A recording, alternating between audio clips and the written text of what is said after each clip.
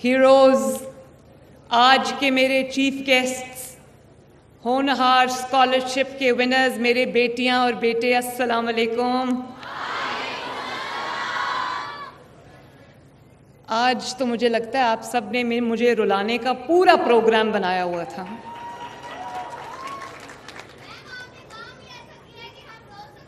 हाय अल्लाह, अली रो भी सकते हैं, रुला भी सकते हैं। रुला दिया आज आपने मुझे। और मैं अभी राना सिकंदर, उनको मैं शाबाश देना चाहती हूँ। आपके एजुकेशन मिनिस्टर हैं, बहुत मेहनत से आपके लिए काम कर रहे हैं। और बच्चों, कभी ये नोट करना कि मिनिस्टर की तरह टांग पे टांग रख के सोफे पे नहीं बैठता, यहाँ खड़ा रहता है आपके सामने, आपकी खिदमत में हाजिर रहता है। तो मैं समझती हूँ कि ये एक बहुत अप्रिसिएशन का हकदार है। और अभी राना सिकंदर कह रहे थे कि एक बहुत इमोशनल मोमेंट होता है जब आपको गार्ड ऑफ ऑनर मिलता है। तो मेरे लिए ना ऑनेस्टली सिर्फ गार्ड ऑफ ऑनर एक इमोशनल मोमेंट नहीं होता। मैं जब से इस हॉल में एंटर हुई हूँ या इस पंडाल में एंटर हुई हूँ, उस वक्त से लेके इस वक्त तक हर मोमेंट मेरे लिए एक इमोशनल मोमेंट है। हर लम्हा मेरे लिए एक इमोशनल लम्हा है। और कोई ऐसा तकरीर नहीं थी, कोई ऐसी परफॉर्मेंस नहीं थी जिसने मेरा दिल ना जीता हो और जिसने मेरे रोंगटे खड़े ना किए हों।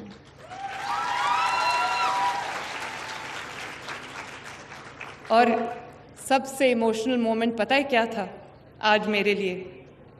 सबसे इमोशनल मोमेंट ये था जब मुजफ्फरगढ़ के उस बच्चे ने मुझे माँ कहा।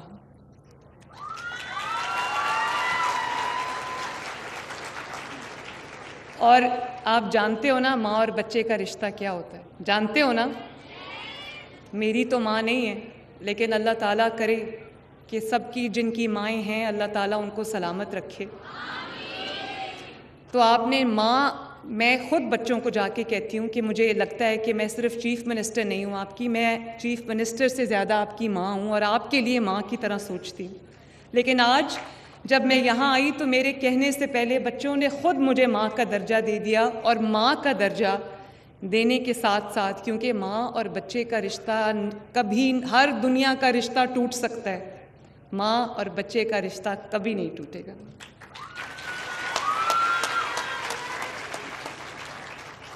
क्योंकि ये एक रिश्ता नहीं है सिर्फ, ये एक वादा है, एक ट्रस्ट है जिसको मैं भी कभी नहीं तोड़ूंगी और इंशाअल्लाह मुझे पता है कि आप भी कभी नहीं तोड़ोगे। मुझे सब तकरीरों में बच्चों ने शुक्रिया बोला, थैंक यू बोला, लेकिन मैं दिल से आपको ये बात कहना चाहती हूँ कि जब आप मुझे शुक्रिया बोलते हो ना तो ऑनेस्टली मेरे दिल को तकलीफ़ होती है, क्योंकि मेरे पास जो भी है वो सब आपकी अमानत है, आपके लिए है।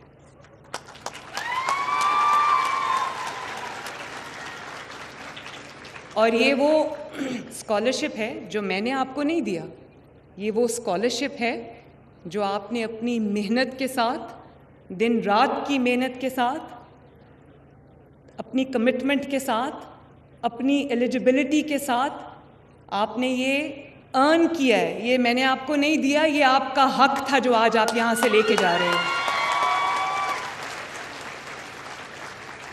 और सर उठा के ये स्कॉलरशिप लेना, सर उठा के लोगों को बताना कि हमने ज़िंदगी में इतनी मेहनत की है, अपने माँ बाप का सर फ़ख्र से बुलंद किया है, अपने सूबे का, अपने मुल्क का सर फ़ख्र से बुलंद किया है। और ये स्कॉलरशिप हमारी मेहनत का वो समर है जो आज हमें मिला है। तो मैं सब बेटों को, सब बेटियों को जिनको आज होनहार स्कॉलरशिप मिला है, मैं दिल की गहराइयों से आपको मुबारकबाद देती हूँ, आपको शाबाश देती हूँ। Very well done. आपके माँ बाप को मुबारक हो, आपके घर वालों को मुबारक हो। और हर बच्चा अपने वालिदैन को मेरी तरफ से जाके मुबारकबाद देना ना भूले।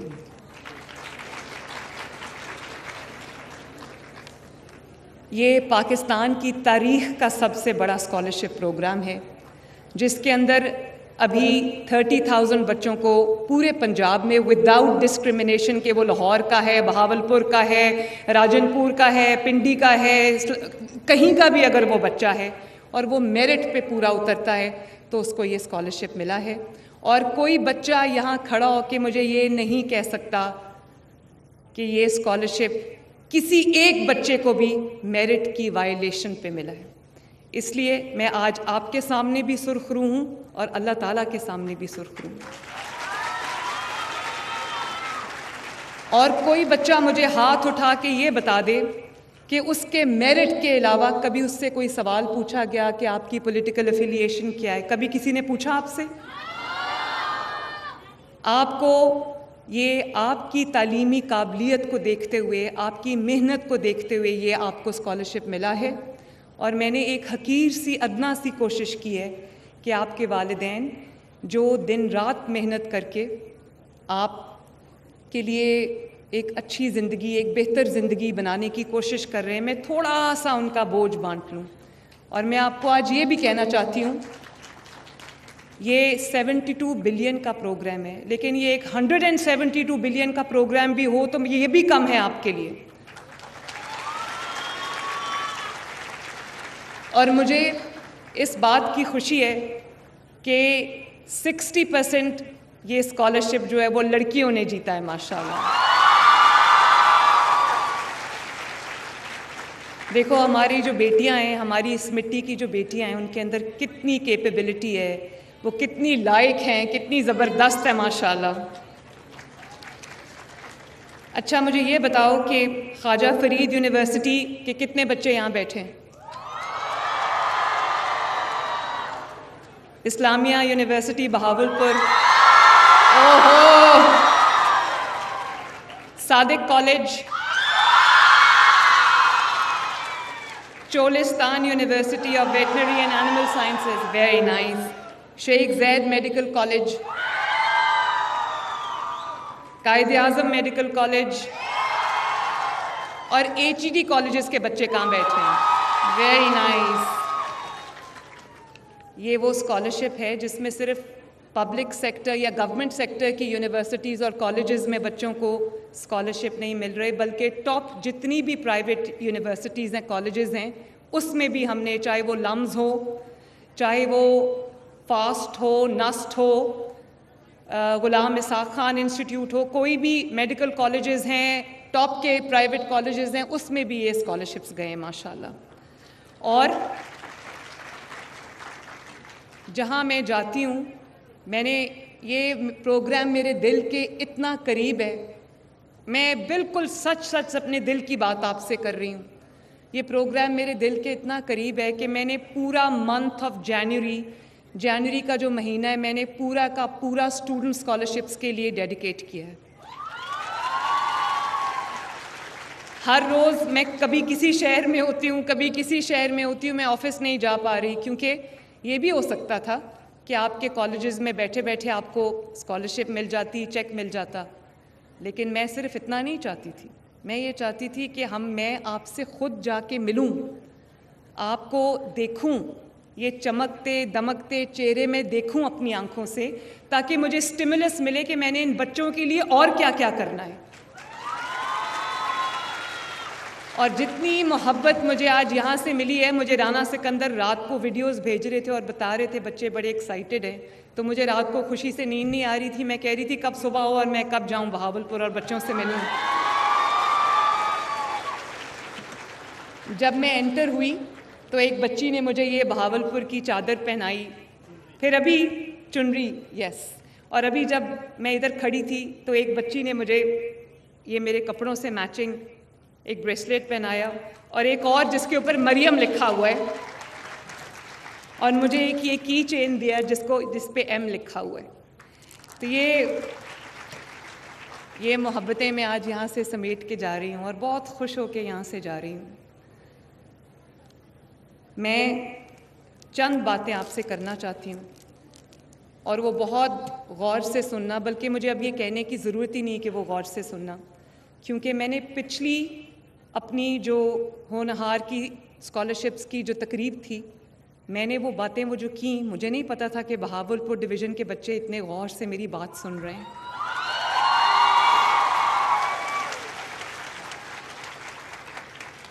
मैंने सिर्फ उस चीज़ को एम्फसाइज़ करने के लिए, ये जो मिली नगमा है, ये वतन तुम्हारा है, तुम हो पासबां इसके, मैं जब भी ये सुनती हूँ, मैं अपने वतन के लिए मेरी जो मोहब्बत है, कमिटमेंट है, वो और ज़्यादा हो जाती है। ये बहुत मिली नगमे, बहुत बहुत प्यारे मिली नगमे, लेकिन ये मेरा फेवरेट है क्योंकि सिर्फ ये मिली नगमा नहीं है, इसके हर एक लफ्ज़ में हम सब के लिए एक मैसेज है और ख़ुसूसन नौजवानों के लिए एक मैसेज है। तो मैं पिछली दफ़ा मैंने वो मिली नगमा बच्चों के साथ जाके मैंने पढ़ा और मैंने कहा कि आप इसके पासबान हो और इस मुल्क की बागडोर आप लोगों ने संभालनी है। तो आज मेरी खुशी की कोई इंतहा नहीं रही। It was a very very pleasant surprise for me जब आज मैंने देखा कि बच्चों ने उसका एक वर्जन ख़ुद बना लिया जिसमें उन्होंने ख़ुद मेरे साथ और इस मिट्टी के साथ एक वादा कर लिया, इस वतन के साथ एक वादा कर लिया कि ये वतन हमारा है, हम हैं पासबां इसके। बहुत अच्छा लगा मुझे। You made my day today, thank you very much.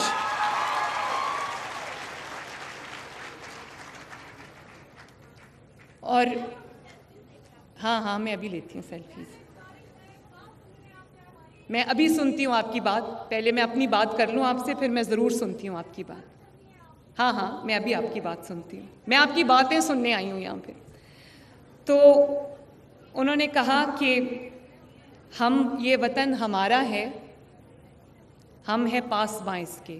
आप लोग ये वादा करते हो ना मेरे साथ कि आप इस वतन को अपना सब कुछ समझोगे और आप इसके पासबान बनोगे ना? इस वतन का झंडा नीचे नहीं होने दोगे, नहीं गिरने दोगे। और जब कोई कहता है कि मैं पासबान हूँ इस मुल्क का, जब कोई पासबान बन जाता है तो कोई पासबान कभी ये नहीं कर सकता कि किसी के बहकावे में आके मुल्क को आग लगा दे। कोई पासबान कभी ये नहीं कर सकता कि किसी के सियासी बहकावे में आके अपने मुल्क पे हमला कर दे। कोई पासबान ये कभी नहीं कर सकता कि एक सूबे से दूसरे सूबे पे, अपने ही मुल्क के दूसरे सूबे पे हमला कर दे। कोई पासबान ये कभी नहीं कर सकता कि वो जो मेट्रो बस और जो ऑरेंज लाइन आपके लिए बनी है, वो उसके स्टेशंस को आग लगा दे। कोई पासबान कभी ये नहीं कर सकता कि जो कानून नाफिज करने वाले इदारे हैं, चाहे वो फ़ौज हो या वो पुलिस हो या वो रेंजर्स हो, वो वर्दियाँ जो हमें, हमारे मुल्क को, हमारी सरहदों की हिफाजत करते करते, आपकी हिफाजत करते करते, हमारी हिफाजत करते करते जो लोग जानों का नजराना पेश करते हैं, उन वर्दियों की वायलेशन करे, उन वर्दियों की तज़हीक करे और वो लोग जो हमारी हिफाजत के लिए दिन रात एक करते हैं, उनके जो इंस्टॉलेशंस हैं उनको जला दे, उनको पॉइंट ब्लैंक रेंज से गोलियां मार के शहीद कर दे।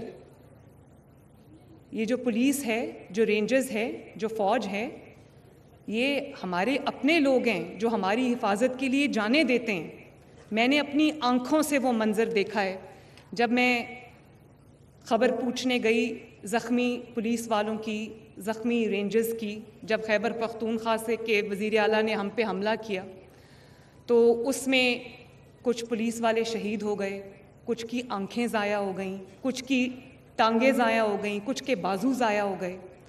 तो मैं जब गई तो मैंने उनको कहा कि ये सब के सरों पे क्यों पट्टियाँ बंधी हुई हैं?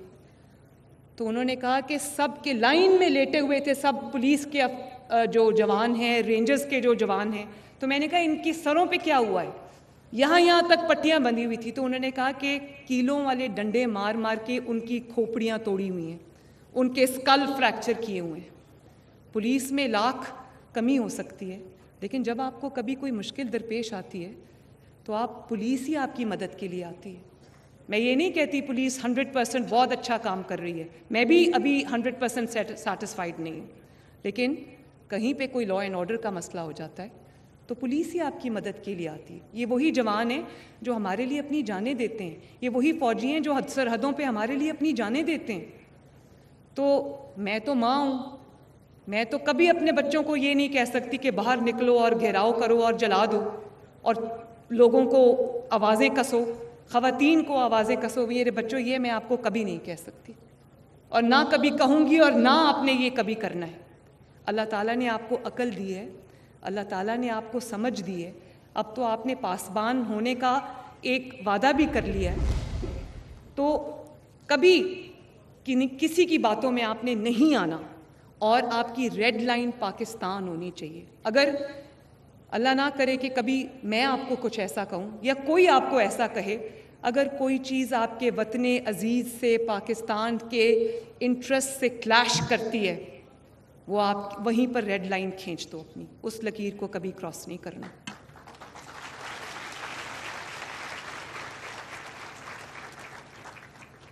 और ये कोई अचानक नहीं हो जाता कि आखिरी दफ़ा 2018 में जब नवाज़ शरीफ साहब की हुकूमत थी तो उस वक्त स्टॉक मार्केट जो है वो 55,000 का रिकॉर्ड उसने तोड़ा।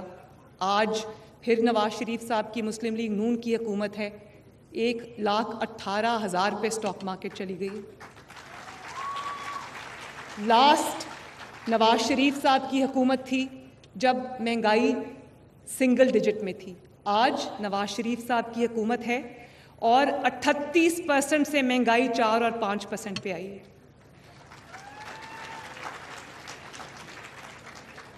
और आप देखो, आप अकल रखते हो, शऊर रखते हो, 20-20 घंटे की लोड शेडिंग थी और फिर किसी ने आके 14,000 मेगावाट बिजली बना दी ना कि वो लोड शेडिंग ज़ीरो हो गई, लेकिन पिछली हुकूमत में वो लोड शेडिंग वापस आ गई। जिन दहशतगर्दों को ख़त्म किया 2 ऑपरेशंस करके, एक ज़रब-ए-अज़्ब और एक रद्दुल फसाद, जिसमें इतने हमारे लोग शहीद हुए, वो दहशतगर्दी आज फिर वापस आ गई। आज खैबर पख्तूनख्वा में भी दहशतगर्दी का सामना है और बलूचिस्तान में भी दहशतगर्दी का सामना है। तो आप लोग माशाअल्लाह अकल रखते हो, शऊर रखते हो। वो महंगाई जो 2017 में सिंगल डिजिट में थी, वो 4 साल में उसने आसमान को कैसे छू लिया। और आप जानते हो कि गरीब की जो जेब है उस पर कितना बोझ पड़ा, लोग रोटी के हाथों मजबूर हो गए। आज अल्लाह ताला का फजल है कि रोटी की कीमत पंजाब में 25-30 रुपए से अब 12 रुपए पे आ गई है माशाल्लाह, और आटा जो है वो सस्ता हुआ है।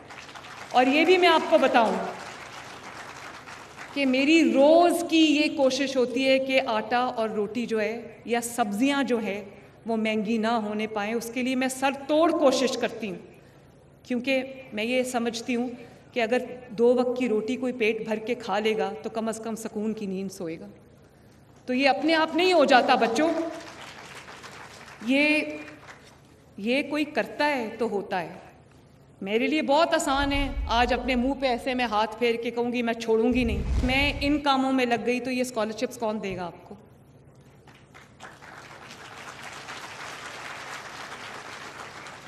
अगर मैं भी लश्कर लेके किसी खुदा न खास्ता सिर्फ आपको समझाने के लिए एक बात कर रही हूँ, आज मैं भी, क्योंकि पाकिस्तान तो मेरा है, इसका हर चप्पा चप्पा, ज़र्रा ज़र्रा, हर सूबा मेरा है। मैं पहले पाकिस्तानी हूँ फिर पंजाबी हूँ।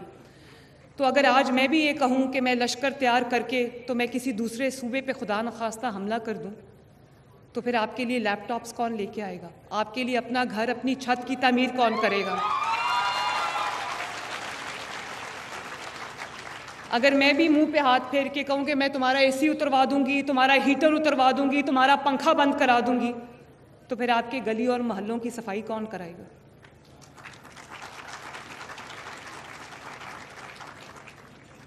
और एक बात देखो, लोग समझते हैं सब कुछ।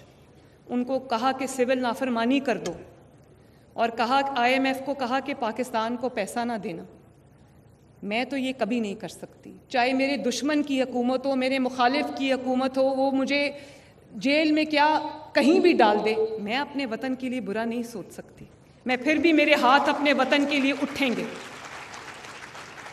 मैं मेरे बच्चों में 5-6 महीने एक दफ़ा और 5-6 महीने 2 दफ़ा, दूसरी दफ़ा, एक दफ़ा अडयाला जेल में और एक दफ़ा कोट लखपत जेल लाहौर में मैं डेथ सेल में रही हूँ। और 50 डिग्रीज़ ऐसे लगता था कि कोई तंदूर है, क्योंकि ना मेरे पास कोई एसी था, ना मेरे पास कोई वो था कूलर था, ना कुछ था। और जून, जुलाई और अगस्त के महीने थे, लेकिन एक बार भी मैंने शिकवा नहीं किया। हमेशा अगर हाथ उठाए तो अपने मुल्क के लिए उठाए कि अल्लाह ताला इस मुल्क को आगे लेके जाए। तो ये तो नहीं कि मेरी हुकूमत है तो सब अच्छा है, मेरी हुकूमत नहीं है तो सारा आग लगा दो। मैं नहीं चाहती कि आप लोग इस बहकावे में कभी आओ। मैं ये चाहती हूँ कि जब भी आपके सामने दो रास्ते हों, एक मुल्क की में ख़राबी की तरफ, बर्बादी की तरफ जाता हो, दूसरे आपके मुल्क की तरक्की का रास्ता हो, तो आप अक्ल, शऊर और दानिश रखने वाले पढ़े लिखे बच्चे हो। वैसे भी सराइकी बेल्ट के जितने बच्चे हैं वो बहुत बहुत टैलेंटेड और होनहार बच्चे हैं माशाल्लाह।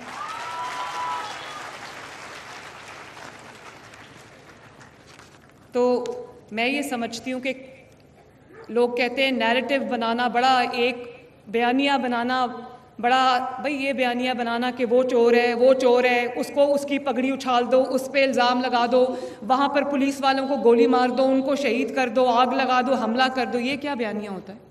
ये बयानिया वो बनाते हैं जिन्होंने कोई काम नहीं किया होता। मैं आपकी माँ हूँ, आपकी चीफ मिनिस्टर हूँ, अपनी 10 महीने की कारकर्दगी लेके आपके सामने आज खड़ी हूँ। और ये भी मैं आपको बताऊं, सामने सामने जितनी भी लड़ाई करें, दूसरे सूबे कॉल्स करके हमसे हमारी स्कीम्स मांगते हैं कि हमें भी दिखाओ। ये स्कॉलरशिप स्कीम भी मांगी एक सूबे ने हमसे, तो मैंने तो दे दी। मैंने कहा जितने बच्चों को स्कॉलरशिप मिले, चाहे वो सिंधी हो, बलोची हो या खैबर पख्तूनख्वा को, जितनों को स्कॉलरशिप मिलेंगे वो मेरे ही बच्चे हैं, वो पाकिस्तानी हैं सब बच्चे, तो मैंने तो दे दी। हज़ारों लोगों के घर बन रहे हैं, जल्दी लाखों लोगों के घर बनने लगेंगे इंशाल्लाह। आपके गलियों की, मोहल्लों की सफाई हो रही है। आपके लिए अब मैं बहुत जल्द लैपटॉप्स लेकर आ रही हूँ इंशाल्लाह ताला, क्योंकि मुझे अंदाज़ा है कि आपको पढ़ाई के लिए आपको लैपटॉप की ज़रूरत है, अपनी असाइनमेंट्स के लिए, अपनी रिसर्च के लिए आपको लैपटॉप्स की ज़रूरत है। तो आपको पता है कि पहली शिपमेंट लैपटॉप्स की आ चुकी है। इंशाल्लाह ताला बहुत जल्दी मैं आपके पास लैपटॉप्स लेके आ रही हूँ। और अगले साल मेरा इरादा है कि 1 लाख बच्चों को 100% फ्री जो है मैं इलेक्ट्रिक बाइक्स दूँ इंशाल्लाह ताला।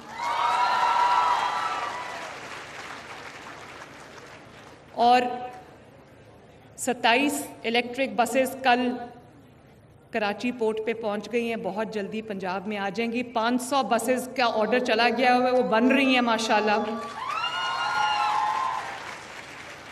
तो मेरा ये कहने का मकसद सिर्फ ये है कि अगर मैं अपनी तवज्जो नफ़रत पे, आपने ख़ुद कहा अभी जो इन्होंने बच्चों ने तराना पढ़ा, जिसका असल जो मेहदी हसन साहब ने पढ़ा है वो था नफ़रतों के दरवाज़े खुद पे बंद ही रखना, इस वतन के परचम को सर बुलंद ही रखना।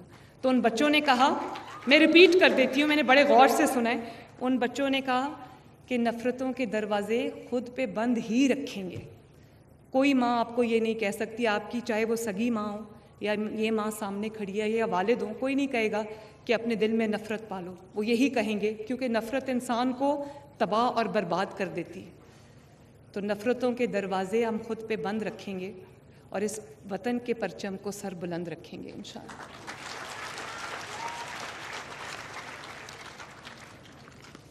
लैपटॉप्स भी आएंगे इंशाअल्लाह। और एक और ऐलान करके जा रही हूँ, मुझे बहुत जगहों से ये मैसेजेस आए हैं, यूनिवर्सिटीज़ से, कॉलेजेस से, कि आपने फ़र्स्ट ईयर में दाखिला लेने वालों को आपने स्कॉलरशिप दिया है, तो जो सेकेंड ईयर में पढ़ रहे हैं, जो थर्ड ईयर में पढ़ रहे हैं, वो भी बहुत डिज़र्विंग बच्चे हैं, उनको भी स्कॉलरशिप्स मिलने चाहिए। तो मैं आपको ये बता रही हूँ कि मैंने हायर एजुकेशन डिपार्टमेंट को ये डायरेक्शन दे दी है कि बहुत जल्द हम एक स्कीम लेके आ रहे हैं जिसके अंदर सेकेंड ईयर और थर्ड ईयर के डिज़र्विंग बच्चों को भी स्कॉलरशिप्स मिलेंगे इंशाअल्लाह। और मेरी कोशिश ये है कि सिर्फ हम अपने आप को 30,000 स्कॉलरशिप्स तक महदूद ना रखें, अगले साल ये स्कॉलरशिप्स जो है वो 50,000 होनी चाहिए, ताकि कोई भी बच्चा, लड़का हो लड़की हो, तालिब इल्म हो तालिबा हो, कोई भी बच्चा सिर्फ इस वजह से अगर पंजाब में महरूम रह जाता है तालीम से, अच्छी तालीम से, कि उसके पास वसाइल नहीं है, तो मुझे यकीन मानो मैं समझूंगी कि ये मेरा बहुत बड़ा फेलियर है। तो अल्लाह ताला आपको बहुत ज़्यादा कामयाबी दे और खूब पढ़ो, सुकून से पढ़ो, सर उठा के पढ़ो और पढ़ के इस मुल्क की खिदमत करो और इस मुल्क को चार चांद लगाओ, क्योंकि इस मुल्क की जो तरक्की है आपके हाथ में है, इस मुल्क का परचम आपके हाथ में है, इस मुल्क की तरक्की का ज़ामिन आप हो। और मैं ये चाहती हूँ कि ये सफ़र अगले 5 साल हम इकट्ठे तय करें इंशाअल्लाह ताला। एक दफ़ा फिर आप सबको बहुत बहुत मुबारकबाद। अल्लाह ताला आपको खुश रखे और मैं आपको कहना चाहती हूँ कि आई लव यू ऑल। तो मेरे साथ मिल के ज़रा मुझे आवाज़ आनी चाहिए, मैं पाकिस्तान जिंदाबाद का नारा लगाऊंगी, मुझे आवाज़ आनी चाहिए। दिल से पाकिस्तान जिंदाबाद का नारा लगाएं मेरे साथ मिल के, Pakistan. God bless you all.